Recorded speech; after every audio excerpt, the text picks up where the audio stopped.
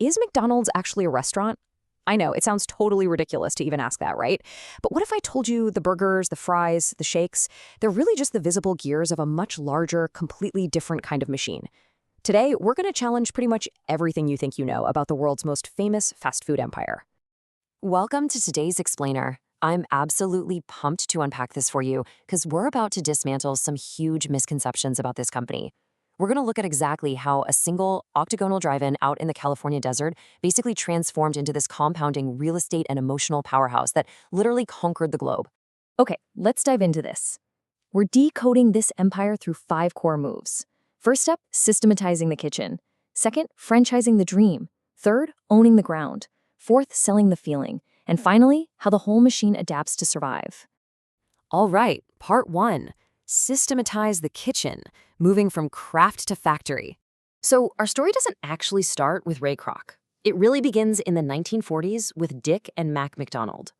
These two brothers were running a super successful barbecue drive-in in San Bernardino, California. But, they looked at their business almost like engineers, and they noticed this massive inefficiency.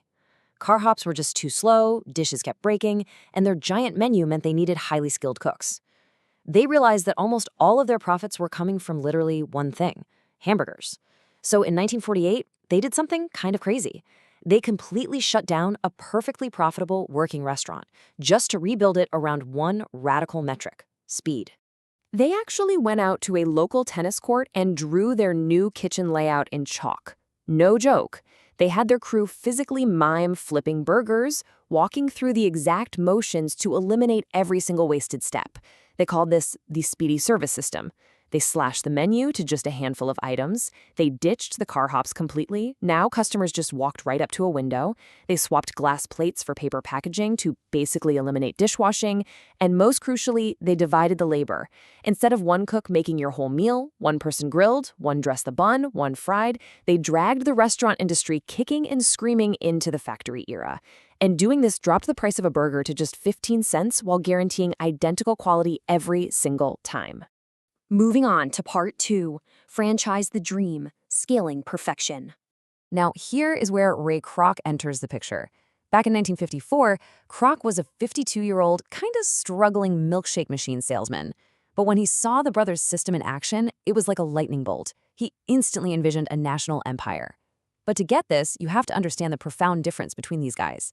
The McDonald brothers were motivated by security. They built a perfect machine, made great money, and they were perfectly happy running just one amazing store. But Ray Kroc, he was motivated by scale.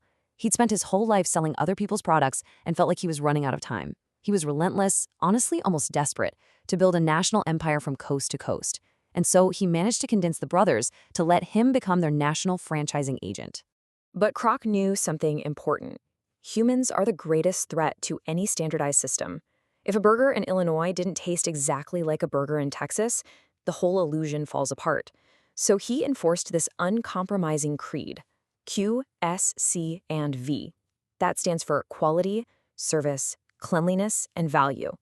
He was so intensely obsessed with these rules that in 1961, he actually built Hamburger University. This was literally a real training center designed to totally indoctrinate franchisees into these strict, non-negotiable standards. You weren't just buying a restaurant, you were being molded into a McDonald's operator. Now, what's really interesting about this is the built-in paradox.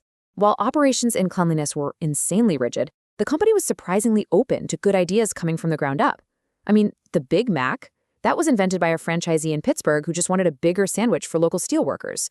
The Filet-O-Fish was created by an operator in Cincinnati just trying to survive slow Fridays in a heavily Catholic neighborhood. And the Egg McMuffin, invented by a California franchisee who just wanted an excuse to open his doors earlier in the morning. Which brings us to part 3, own the ground, the real estate engine.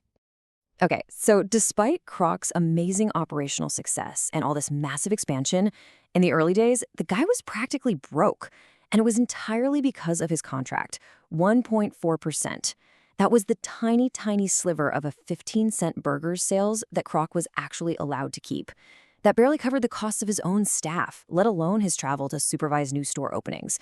The math of just selling hamburgers was absolutely not adding up to an empire. Enter Harry Sonneborn. He was this brilliant financial architect who joined Kroc in 1956. Sonneborn brought this paradigm-shifting Trojan horse insight that completely altered the company's DNA forever. As he famously told Kroc, McDonald's was not fundamentally in the hamburger business at all. It was in the real estate business. Think about the absolute genius of this logic. Under a standard franchise model, they earned that tiny 1.4% fee on cheap food, they owned zero assets, and their contract enforcement was pretty weak. But Sonneborn's real estate model flipped the entire script. The company would buy or lease the physical land and then rent it back to the franchisee at a serious markup.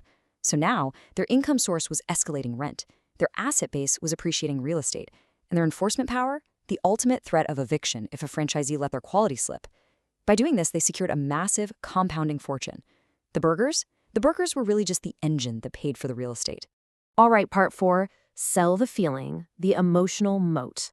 But look, a true empire needs more than just land. It needs lasting customer loyalty. As the machine expanded globally throughout the 70s and 80s, they realized they had to sell way more than just quick calories. They tapped into this profound truth. In a world completely saturated with cheap food, the way to win lasting loyalty is to sell comfort, ritual, childhood, and belonging. This emotional resonance completely transformed the brand.